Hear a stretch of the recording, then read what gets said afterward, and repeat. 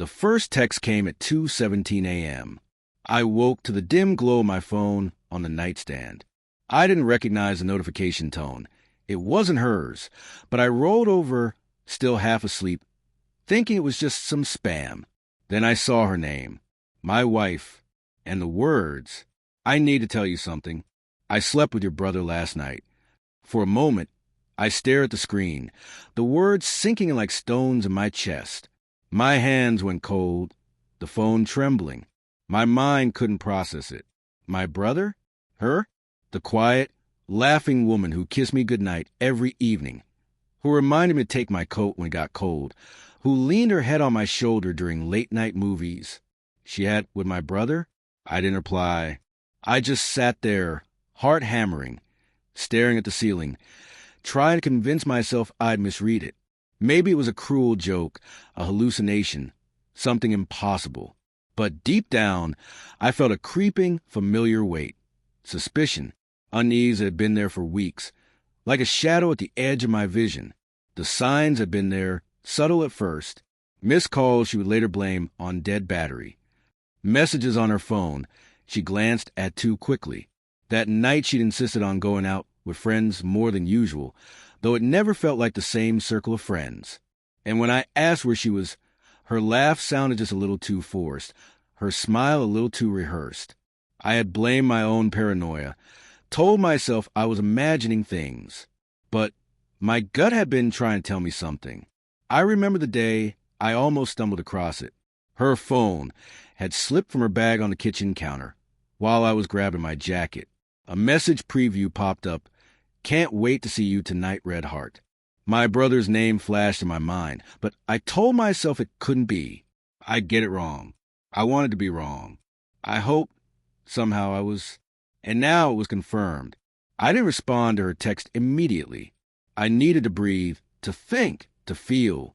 I went into the bathroom, splashed water on my face, the coldness doing nothing to freeze the burning in my chest. Memories started flickering, unbidden.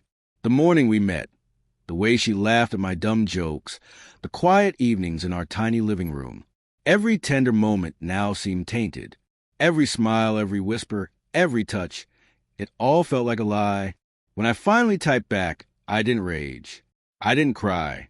I typed almost mechanically, "Congrats." She called immediately, panic in her voice. I didn't mean, "Don't," I said, cutting her off. My voice was quieter than I thought possible, yet heavy with finality. "Don't try to explain. Just don't." I couldn't understand why she'd do it. Why my brother, of all people. I'd pictured them together in some impossible scene, and the bile rose in my throat. But beneath the anger, I felt something darker, sadness, disbelief, grief. A sense of loss so profound it made my knees weak. It wasn't just about betrayal. It was about the life I thought I had. The trust one had placed in both of them, now shattered into fragments I could never piece together. For days, I watched her from across the room. She moved around our home like nothing had changed. She would smile, hum while cooking, pretend normalcy. But I saw the guilt hiding behind her eyes, the way her hands fidgeted when our gazes met. I caught myself replaying conversations, analyzing tone, word choice, every small gesture. And with each memory, I felt like I had been living in a dream, one where reality had quietly betrayed me before ripping itself open. Confrontation was inevitable. I remember sitting across from her at the kitchen table, hands wrapped around my coffee mug, trembling. She looked at me, eyes glistening. "I'm so sorry," she said, voice cracking. "I don't even know why it happened. It was a mistake. I didn't mean to hurt you." And I realized in that moment that the words didn't matter anymore. The apology was nothing against the weight of what she had done. My silence was louder than any scream. I watched her try to reach across the table, and I pulled back, not in anger, not in revenge, but in protection of what little of myself I had left. "I loved you," I said softly. "I trusted you, and you chose to break that. Not for a reason, not for a moment I could forgive. You just chose." Tears streamed down her face. Her voice choked. "I didn't think." "I know what you didn't think," I interrupted, my voice firm now. "And I know what I won't do. I won't beg. I won't hate you for the sake of hatred. I'm done. Walking out was surreal.